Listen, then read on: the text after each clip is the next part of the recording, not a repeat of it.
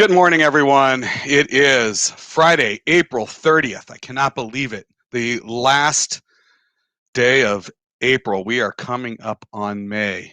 I consider my mind blown. This is Nadex Morning Analysis. We are going to look at a couple of hot spots in the markets today. My name is Todd Rich. I'm with Nadex. With me, my good friend Brian Caprice from Keep Trading Simple. Brian, welcome. As you drink your coffee. As I drink my coffee, you did that on purpose. I totally did that on purpose. Yep. All right. So let's just take a quick little peek. U.S. economic growth is definitely on path. Beyond that, we're going to be throwing additional stimulus to the economy by doing all sorts of other initiatives.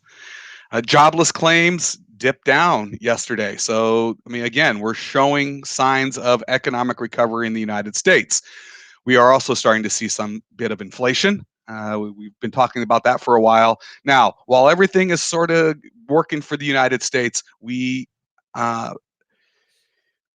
on a planet. And there are a lot of other places that are struggling monumentally. Things in India are getting completely catastrophic. And if you're not certain why that impacts the United States, but China does a lot of business with India. India supplies components for a lot of things that China manufactures. And guess what? We buy things from China. Take a look at everything in your house. So it will ultimately impact us as well through products that we like to consume. It's all connected. It's like the human body. If the arm bone's connected to the shoulder, or the shoulder bone's connected to the hip's connected to the knee. We're all connected. Now, while the U.S. might be doing well, globally the economy, people are struggling, and all that drive up in oil, well, it's having a bit of a pullback. We talked about that earlier in the week. Oil, people expecting a lot more demand. Goldman calling for oil to go a lot higher, but we're seeing the global economy is still struggling. Oil having a big pullback. We're going to go through oil today, and the weakness in the dollar starting to trend back. We're seeing dollar strength. So we're going to take a look over. I think we're going to pick the pound U.S. dollar. I think Brian's got some technical ranges in there that we should be taking a look at for today. So that's the story for today. We're going to be taking a look at oil and its pullback. We're going to look at ranges for the pound. Brian, I'm going to flip this over to you and you can get us rolling. Disclaimer. Oh, you're right. Thank you. Skip through it all today. I'm just here to save you, even though you called on me right when I was drinking. And and before we get going with some of the analysis, I do need to share that trading involves risk, may not be appropriate for everyone, and that any trading decisions you make are solely your responsibility and at your own risk. And this session is an educational session. We're not making any buy or sell recommendations. We're doing this for your educational purposes. And clearly, while I turn it over to Brian, I'm going to have my coffee that I haven't had yet. So I'll say, now compliance can call you and not me. We're good. Fair is fair. Yeah. All right. So, some of the news from yesterday, just to update you guys, we had talked about the advanced GDP numbers, the unemployment claims. Again, there was the adjustment down prior that it was also more negative. So there was some negativity out there in the markets. Pending home sales actually was a surprise for a lot of people. I don't know if you know anybody that's trying to buy or sell a house, or if you're trying to do it right now. There's just not necessarily the inventory because of the historically low rates right now. It's a great time to refi or buy, and people are selling left and right, but there's just not a lot of inventory. So seeing this down as big as it was, the pending home sales, was kind of a big surprise for a lot of people. Last night, 9 p.m., China's manufacturing PMI actually dropped. And again, it's not one of those things you have to know, but just understand that above 50 indicates industry expansion. Well, they just dropped it down here to 51.1 from 55. So it's kind of talking about that kind of expansion/contraction type scenario. And again, China is an export country, so their economy is relying upon other nations. Ours is not. We're a purchasing country.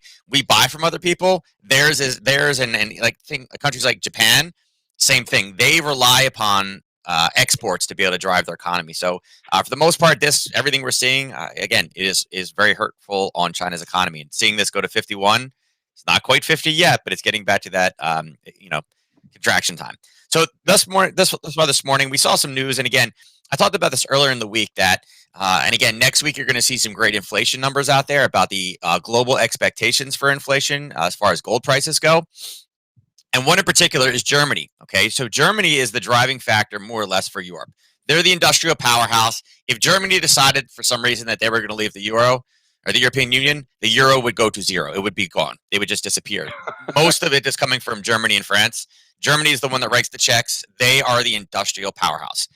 Seeing them again, it was forecast to be lower. We mentioned that, and it actually came in lower than expected, a minus 1.7 GDP wise. So again, they're still struggling with their third wave. It is what it is. It's going to affect different people, different places, different ways.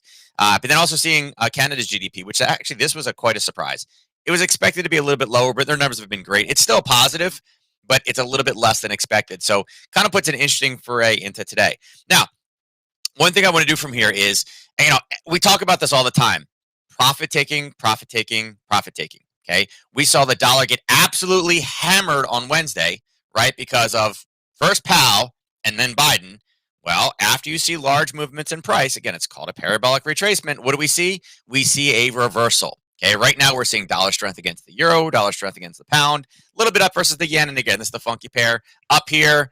This one's down a little bit, but it's coming back because of the CAD, and again, their economy's doing quite well. Also, you're seeing down 44 is pretty big, and then the pound you're seeing versus the yen is down 77. So the story of the day really has to go back. And again, I would say oil is great. Again, we're seeing some bad numbers here and there, but again, the European Union kind of is hurting. Here's where we have with oil, and this is where we were sitting yesterday morning, right here. Right, 8:30, 9 o'clock is where we were sitting.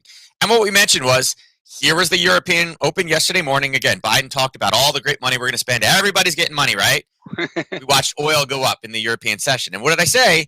I said, this is where we start seeing profit taking, right? They've made money all morning. Why risk all their gains against the U.S. trader? And what happened? They came up, they grabbed a level in the pink zone. And again, this was this level right here in the middle. We'd already gone through that when we assumed it, that it was going to break, right? It based, it came back, it grabbed, and it literally rolled all the way back down. Now, this is a big move. From this time yesterday till now, we're talking about $2.14. What do we do with it now? And again, the little Harry Potter trade that happened right around the European Open. So here is the European Open right. Hold on, I gotta flip it this way. Right? There's your 3 o'clock candle. So could you have traded this south based off of this level and the basing? Sure. Here was your drop. Here was your base. Here was your pullback. Here's the European Open. And now it's the exact opposite. This is what we saw yesterday, and this is what we saw today. So home viewers, what do you think is probably going to happen, right? They're going to start taking their profit back again. So unfortunately, where it's turning right now, it's not, it's a small level. There's obviously some buying going on right in this area right here, right? We had them, they bounced off of it, and that's kind of where we're hitting right now. Is it the ideal location? Not really. Typically, we would like to see it go a little bit lower. I think this level down here is a little bit better. And again, if I shrink this down, you can see we're in that blue no man's land. The reason why we like this for a reversal is because it was in the top third. Again, that's where our flag is looking for bearish signals. And again, still here, this Harry Potter would have been a bearish signal. Now we're kind of in the middle. And is this where it could turn today? Sure, it could. I like the 62.73 better. That was a level that was a top, and again, came over and used that as a bounce. So we know we have some buyers sitting down there at 62.73. But I think right now, I don't know. I would say that's probably where I'd be looking to go long. But again, that's a lot of movement. It's already moved so much, and that would require an additional 83 cents. So Yeah. from European Open to close, we'd be talking about $2 on a non-news day, kind of a lot. So at this point, I would assume that we're getting some type of sideways basing in this one, and maybe a little bit of a pop-up as we see profit taking. But again, be very cautious with this. There's no news for the rest of today, and really no news until we have ISM manufacturing on Monday. But I will say I do like the Monday morning trade with ISM manufacturing, because I think based off of what China's news has been and then our manufacturing, I think we stand to kind of benefit from it. So yeah. And we'll cover that because that report comes out later on Monday morning.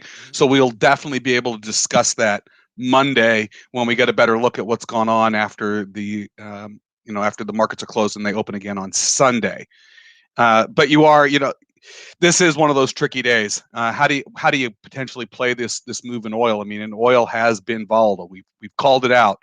It's probably going to be for a while, which is why we're doing that boot camp on Tuesday. We are catching a bit of a bounce here. One way to potentially play that again, limited risk, limited reward. Probably an idea to consider the binary options on this, just because it is sort of in no man's land at the moment. But if you wanted to take a shot one way or the other, there are some binary options in here where, if you get a little bit of a bounce of some profit taking as the European session wraps. But you're right, much stronger level. That 62.73 level has been one that we've had that goes back a ways. If you take a look back. All right, so that's it. So take a look at oil today. Definitely seeing some, a very emotional move overnight down. Oil finally pulling back a bit from the run up it's had recently. Let's talk a little bit about dollar strength as we see the dollar pick up a little strength after getting pretty much hammered across the board. Yeah, I mean, I would say again, I mentioned it earlier about we're seeing a complete reversal here. So this is the pound from yesterday, or actually, I mean, to where we are right now, and you're seeing a collapse. Let's see, right here is the European Open. So is this the biggest movement from European Open till now? It's decent. It's not bad. It's about 60 pips to the downside. So again, plenty of movement to trade those shorter duration binaries, and there's been a lot in there. But again, this is more of a teaching piece. Here was what we saw the run up, the dollar weakness from, again, Powell speaking and Biden speaking. Here's where we were yesterday morning, and we said, hey, listen, we got a little bit of a base. It's been tested once and pushed down. It actually gave us another opportunity yesterday morning, and this has been a nice runner as well. And again, we didn't cover it because I can't cover everything in the morning. But again, technical analysis is technical analysis. This is a 92 pip drop in one day. So nice push to the downside. I would say right now it is in an interesting place. We do have an area right here. Let me change this to yellow so it's a little easier to see. This is an area where buyers have stepped in, even a little bit lower, and we're kind of bouncing off that right now. This type of zone would be more something I'm looking for, like a 10 or 10:30 reversal. But again, it is the U.S. Open. We may see some movement as we reverse back again, and we need about 30 pips to get down to this level at 138.41. There will be profit taking. This is quite a large push. Again, it's already moved half a percentage to the downside. Again, with us starting to push, I'd be looking for probably a bounce off this level, something higher. Just be cautious. The currency contracts do end early, and this is one of the things I do dislike. The fact that the market technically closes at 5, but Forex contracts close at 3. It doesn't make any sense, but I've complained, but they're not listening to me. So everybody write in and say the contracts need to go till 5. Because again, that's the currency market closes at 5, not 3. But look for this rollover off of 138.41. I think that's a potentially decent setup. And again, it is a level we could use for a Sunday night gap. If we go sideways and open into here, look for a Sunday night gap higher as well. Yeah, and as Brian mentioned, again, we talked, or we've spoken a lot about Feel Good Fridays, and it's not really setting up that way today. With equities all looking in the red this morning, we're seeing oil completely turn over. People are the dollar's actually picking up some strength. So this Friday feels a little different than past Fridays. Again, we don't know what's going to happen until the U.S. retail trader steps in. So again, playing some of these today, probably binary options. Again, the limited risk, limited reward nature of them, and their smaller size, so that if there is volatility, things are definitely moving around. That's what you really want to see. It's just trying to figure out how people are interpreting all these economic numbers, the growing economy, the earnings numbers from we're just wrapping up earnings season. And inflation, and it's all around the globe. How is it all connected, and what's it going to look like? A little cloudy today. And Todd, flip it back real quick, just so I can. I was going to ask, is there anything else you wanted to cover? Because I know we're going to wrap it up here in a second. Yeah, guys, there's a story a little while ago that came out, and this came out from the Bureau of Economic Analysis. You're asking why it's been a great day. Biden spending money. Why is it bad? Well, here's a statement earlier today from the Bureau of Economic Analysis that inflation jumped 3.8% in Q1. So Powell's over here saying, nah, we don't have to worry about it. There's nothing to worry about. Well, guess what? We're seeing inflation at 3.8% in one quarter, and it's only going to get worse the rest of this year. And yet they're still refusing to deal with interest rates. But the market, again, the reason why things are all kind of turning down right now. I mean, here's your ES, here's your NQ, these big drops to the downside. And again, look at that. Look how that turned. Yep. A lot of this is we're seeing inflation. The market knows, hey, inflation gets bad. They have to raise interest rates or we're going to be in a bad situation. It's going to be a horrible bubble. the market is already starting to see these things and start to turn whether Powell likes it or not.